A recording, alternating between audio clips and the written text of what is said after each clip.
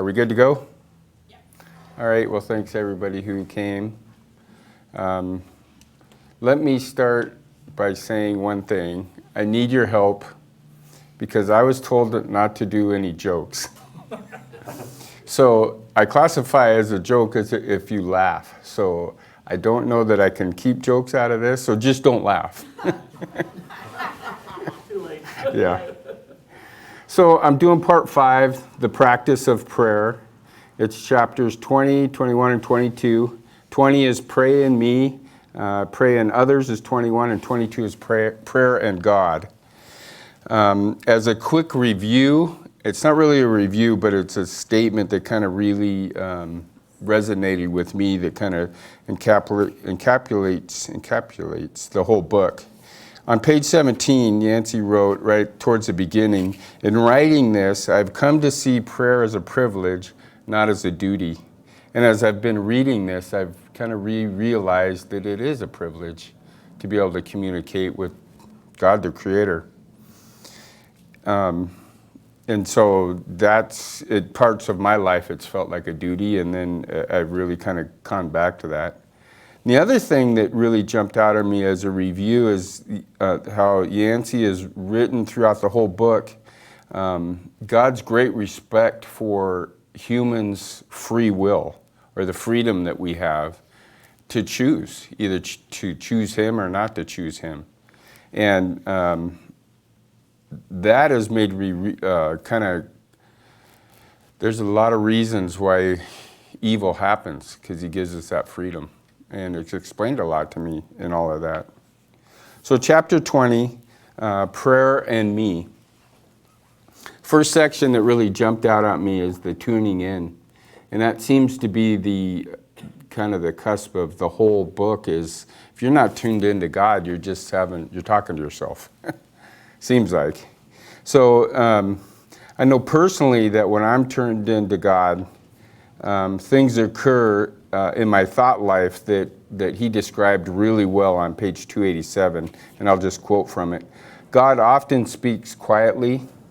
Memories, phrases from the Bible, images of images of friends in need drift into my mind unsummoned. Hope stir to life when previously I felt despair. I felt a forgiveness rather than revenge settles in after a wrong. I feel a call to engagement and not passivity.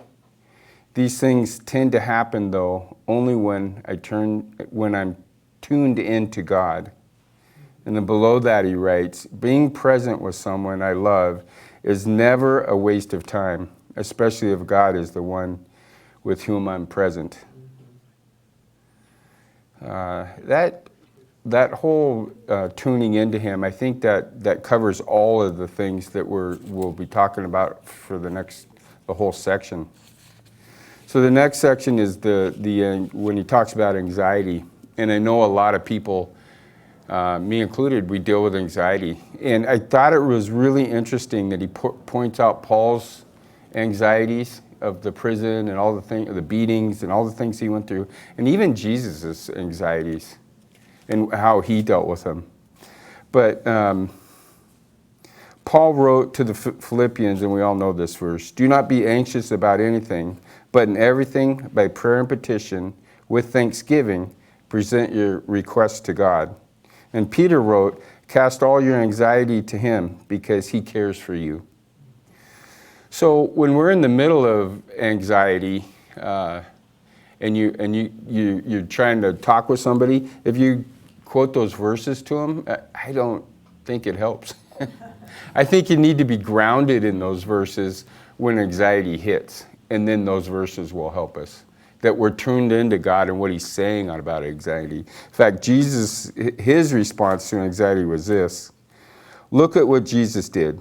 And this is in the middle of page 194. Yancey wrote this. He left His own anxiety over suffering and death behind in a garden before reporting to the trial and crucifixion He knew awaited Him. Jesus knew the secret of anxiety transfer. He was prepared and advanced. And we need to be. because if you're in anxiety, it's tough to turn it around. So the next section is impatience, and I had no time for that, so I'll move on. So chapter 21 is prayer and others. One of the first questions he asks, and this has resonated big time with me, how can something I pray have an impact on another person without interfering on his or her free will? So to me, the chapter should have ended and we shouldn't pray for anybody else because it kind of covered it there. But that's kind of worldly, Grant. You would probably think that as an elder, I would want to pray for people. And honestly, I'm kind of a selfish guy. And I want to pray for myself and my family. But you know, God, He has switched me in that. He's really changed my thinking and my mind in this. Let me see, he wrote, this kind of worldly view of intercessory prayer, fortunately, when I pray, God brings a desire in my heart for others. On page 303, he wrote, I need prayer in order to place myself within the force field of God's love, allowing God to fill me with compassion that I cannot muster on my own. He also wrote, I pray for another person. I am praying for God to open my eyes that I can see the person as God does, and then enter into the stream of love that God already directs towards that person. So a little personal testimony on this that's very recent for me. Last week, Rachel was sharing about Juan Carlos's diagnosis of his parasite that he has. And I really felt how upset Rachel was, because she was just telling us. And then we decided to take time and pray for Juan Carlos. And as we laid hands on him, and Betty ended up anointing him with oil, and I was not called there yet. I just was praying quietly, and I knew I couldn't pray out loud because I'd probably start to weep, because I just felt just an overwhelming love for Juan Carlos and Rachel and the whole family, and really felt God kind of working in me that this is someone, Juan Carlos, that you're going to need to pray for probably for the rest of your life. And I have a few of those people in my life that I are friends. Some of you I've talked about, but it kind of hit me really hard when we were praying, and I thought, boy, am I up to that? And I want to be, and it's a struggle, but I think I'm called to that. And so I went home and I looked up on the internet, and I think this is the Satan working on me, or trying to. I look on the internet for this parasite, and the first thing I read is that this is a treatable disease and modern medicine can take care of this. And I thought, that's diminishing what prayer is. And I don't think it's a prayer about his life. I don't think it's a prayer about his health. I think it's a prayer of ongoing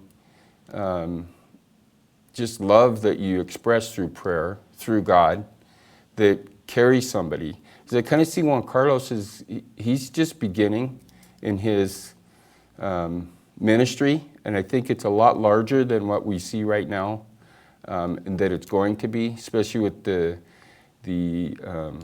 Hispanic population in most of the U.S. is growing so enormously, and there's such a need there. And so, I'm still wrestling with God on this one, but I think that's what he's called me to, and to be an intercessor for him. So on page 312, in that same chapter, there's this story about the members of the religious order, the little brothers and little sisters. And I'm not going to read the whole paragraph, but the last couple of sentences I think applies to every one of us. It just hit me. They simply live alongside their neighbors, quietly showing them love, and they pray. believing that by doing so, they will drop by drop allow the gospel to penetrate the world around them. And I think that's everybody that's a believer. That, you don't have to be that guy holding the sign out in the street saying Jesus is risen, because I saw a lot of that last week. But you do need to be in your neighborhood praying. So moving on to chapter 22, prayer and God. Praying without ceasing. That's been a discussion that we've had since I think our church has been in existence, and all churches probably. What does that really mean? And I like his perspective on it. He states, first, being tuned into God in every conversation and interaction can be prayer. So as we're interacting with people, there's a prayer going on. And that's that prayer without ceasing. It's just always there if you're tuned in. If you're not, you're just having conversations with people that are just gone as soon as you walk away. But if it's a perspective of the heavenly realm, then it's something that's forever. And so those being tuned in is the key there. Then the next section in that last chapter is the inappropriate prayers, which I thought, whoa, they did a whole section on me. But it wasn't. There isn't any inappropriate prayers if you're having a conversation with God.